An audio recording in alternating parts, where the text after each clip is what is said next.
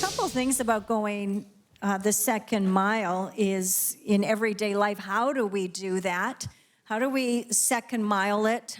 Blessing those that curse us. We did that right now by declaring that and speaking that over someone. But sometimes we find it easier to say, why don't we go the second mile? And it may be because we don't want the expectation that this is what I'm always going to do, so we'll be taken advantage of. That's part of what we have to process that and say, it's not about that. It's about me. It's by going into that place by grace. It could be the fact that I don't want to have sarcastic comments come back and say, oh, you're just trying to get ahead, or who do you think you are? Now you're making me look bad, so why are you doing that? You better not do this. So it's those reasons that we would not do it. And you shared earlier, Pastor Farr, I thought was just such a great example of how in your life that you could recall one of the opportunities you had to go the second mile. Yeah, one of the times where we were serving a meal, I used to work at the Union Gospel Mission in downtown East here in Vancouver, and we have people from the street that come in that are struggling with addiction, homelessness, poverty, mental health challenges, and so they had first heard of service, and then they had come in for a meal, and one of the fellow that I guess got his meal out of that, and I think there was 99 people, that exact seats I can remember still, 99 seats, one out of the 99. He called me over. He's like, hey, come over here. I said, yes. And he said, what is this? This is cold. Go warm it up for me, in a rude, demanding manner. And I said, okay. And I took his food. I put some hot sauce in it. No, I didn't. I took it. Did not do that. That's not the second mile, okay? And put it in the microwave. I warmed it up for him. I brought it to him. And then I went and grabbed some clean socks, and I brought it and just left it for him without saying anything. And I went outside, waited till everyone was done, finished. As they were exiting, he came up to me, and I wasn't expecting anything, but he came up to me and he apologized. And he said, I'm very sorry. The way that I spoke to you was rude. Forgive me. And I said, yeah, of course, you're forgiven. Thank you for apologizing. And so that was one of the examples I can remember of going the second mile and then seeing God do something in his heart and also in mine as well, as he continues to grow compassion and love in us. Yeah, that's a great example, one-on-one. And that's what the next chapter, Matthew chapter 6, is telling us right at the beginning. Don't do your deeds in front of others. That's what the hypocrites do, so that they can be seen by others. And if that's the reason you do it, it says that you've just lost your reward. Yeah.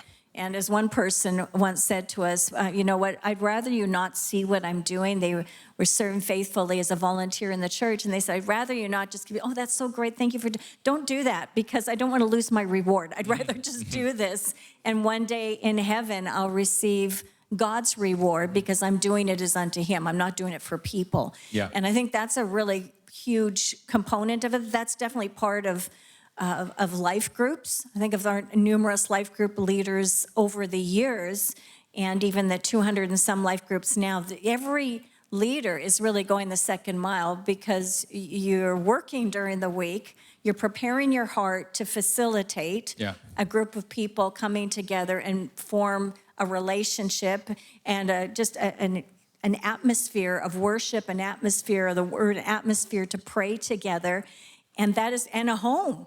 Mm-hmm. That's a second mile. If anybody's ever hosted a small group in their home, you're a second miler.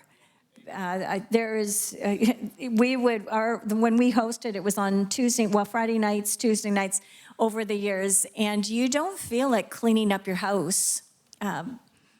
On Friday nights when our kids were younger, I always made sure I made a meal that didn't have a lingering smell. Mm-hmm. So it was usually more of a colder meal on Friday so that when guests came over, it wasn't like the smell of dinner in the house. And so you have to prepare, you have to think about that. Did anybody know that we were doing that? No, that wasn't the point. The point was we had a home and we said, God, whatever is ours is yours.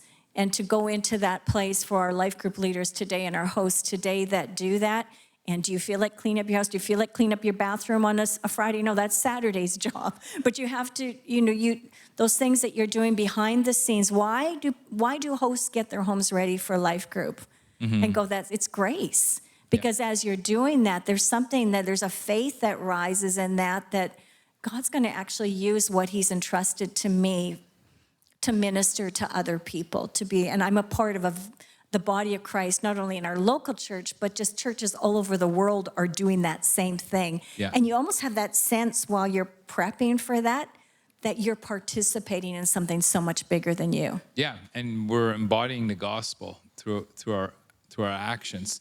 We're saying, God, use me to bring you glory. And obviously, when we think about whether it be getting slapped around by the soldiers and turning the other cheek, or praying and loving and showing love to our enemies, we're saying, I don't want you just to look at me, but I want you to see something greater, which is God, which is Christ.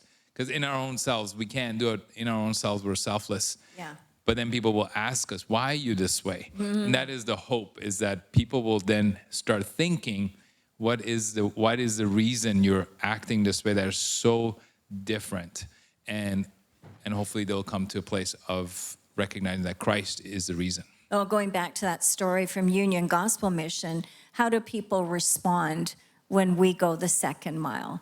What they're sensing is not so much like, oh, Fari, you're so amazing. They're sensing something beyond that, and they're sensing God's grace. They've gone into that faith zone, and as the Bible tells us in 1 Corinthians 2, that we are an aroma, we are a fragrance of the knowledge of Christ. And so that's what people are picking up on when we respond to go the second mile. And I like for us to be thinking about how can we be intentional this week, not just waiting for it to happen.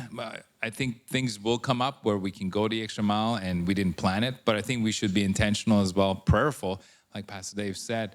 Pray, God, put me in a situation where I can go the second mile. Now, it's a dangerous prayer, people. It's dangerous. You better be ready. But as Pastor Dave said, pray, be ready. That's good. So that when it does show up, you're not surprised. You're like, hey, I was thinking about this. This is the message I heard. I prayed for it. Now I'm going to bring glory to Jesus. So that's a good point to close on. Thank you. Thank you, everyone. Thank you for staying with us. God bless you.